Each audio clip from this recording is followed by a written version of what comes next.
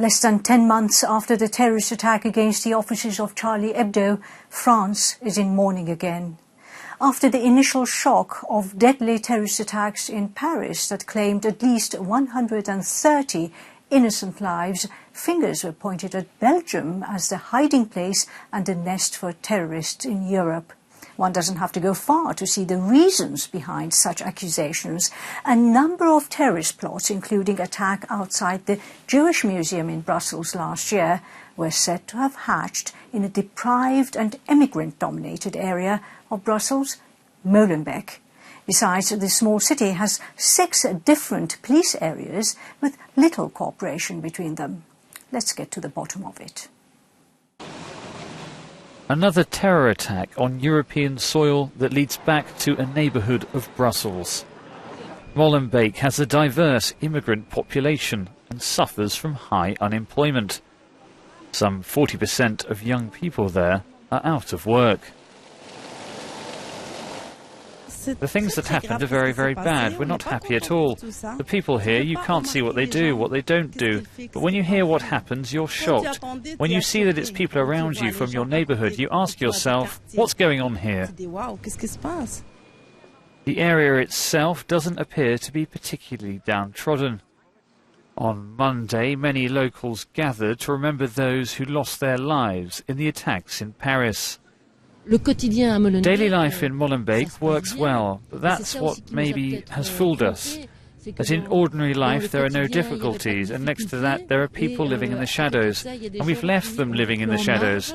We don't ask ourselves the right questions.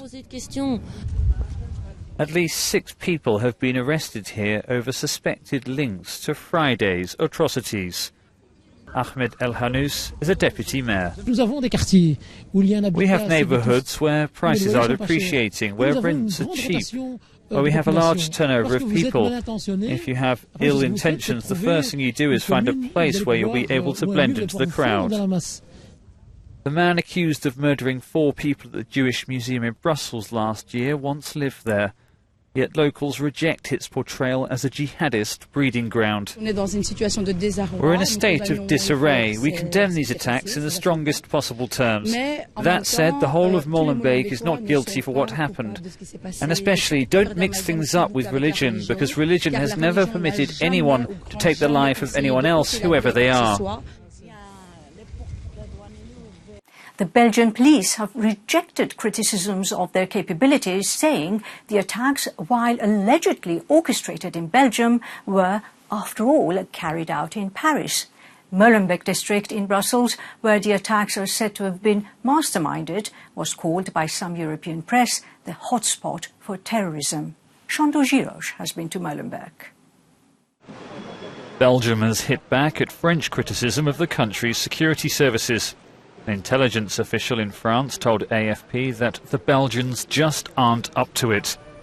Authorities in Belgium have now released a new mugshot of the key suspect in the Paris attacks investigation.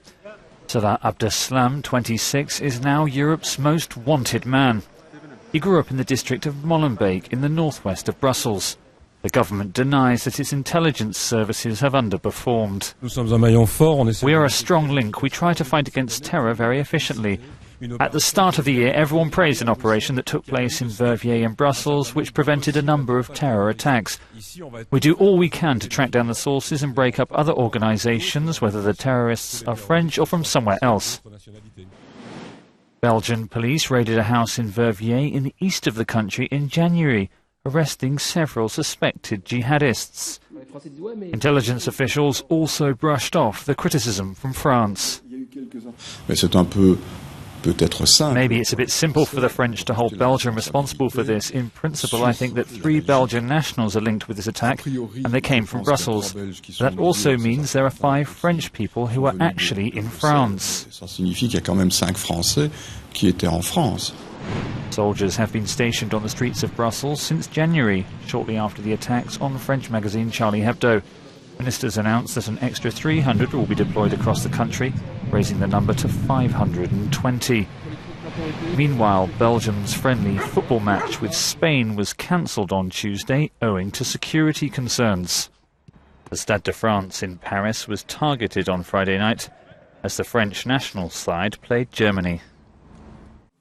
Europe's initial response to the tragic events in Paris was one of solidarity and togetherness. France has used EU law to seek help with military missions from fellow member states. French government has invoked a previously unused mutual defence clause in EU treaties. All countries backed the request. Today, France has asked the whole of Europe for help and assistance, and today the whole of Europe united said yes. Toute l'Europe unie répond oui. The EU's mutual defence clause is buried in Article 42.7 of the Lisbon Treaty. It calls on member states to provide aid and assistance to a country that is victim of an armed aggression. It's the first time in history this article's been used, and our request has received unanimous support. That's already a political act. A reçu un soutien unanime, ce qui est un acte politique. France says it will spend more on defence as a response to the Paris attacks.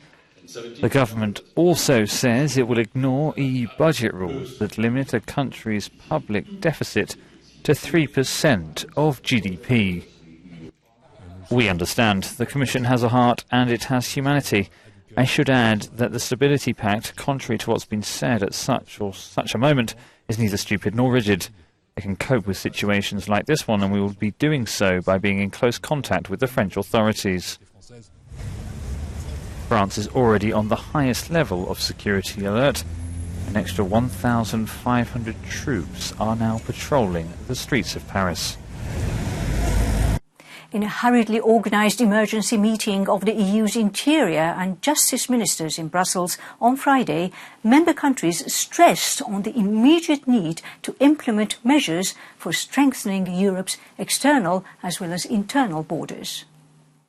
EU governments have backed French demands for better tracking of jihadis by stepping up security checks and retaining airline passenger data.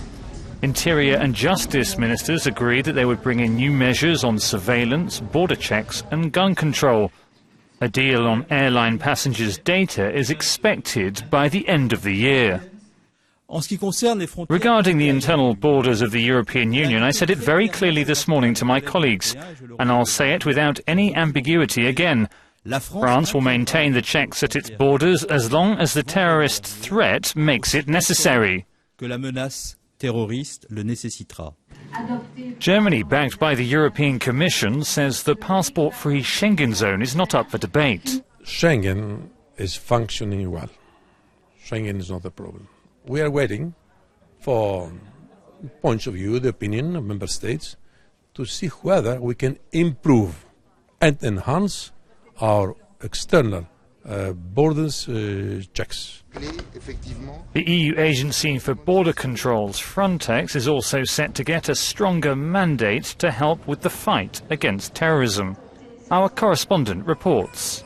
Most of the decisions announced today were already mooted after the terrorist attack against the French paper Charlie Hebdo. So now what is at stake is immediate implementation. What's of particular interest right now, given the latest developments, is the ongoing dialogue between the EU and Turkey regarding the control of the bloc's external borders, as well as managing the intensifying refugee influx. We will not allow ourselves to be poisoned by the venom of these criminals. This is what Martin Schulz, the President of the European Parliament, said before a minute of silence was observed at the Parliament in memoriam of the victims of the Paris attacks. MEPs sing the Marseillaise as a tribute to those killed and injured in last week's attacks in Paris. France's EU Minister Harlem Désir stood alongside EU Foreign Policy Chief Federica Mogherini. A minute's silence was also observed. Parliament President Martin Schulz said dignity and respect are the best response. We will not allow ourselves to be poisoned by the venom of these criminals. On the contrary, we will close the door to all of those who stir fear and hatred of others. If we suspect every Syrian refugee, then we confuse victims with murderers. Si nous suspectons tous les réfugiés de Syrie, alors nous confondons victimes et meurtrières. Poland's Interior Minister has accused Martin Schulz of what he called German arrogance. Mariusz Błaszczak made the comments after the European Parliament President told German TV that a refusal to accept refugees arriving from the Middle East showed a lack of solidarity. Of the most important events in Europe next week are the European Parliament's plenary in Strasbourg from Monday to Thursday. On the agenda is the so-called passenger name record and other security issues in Europe. And on Friday, the EU foreign ministers will no doubt discuss the situation in Syria in their gathering in Brussels. Have a relaxing week.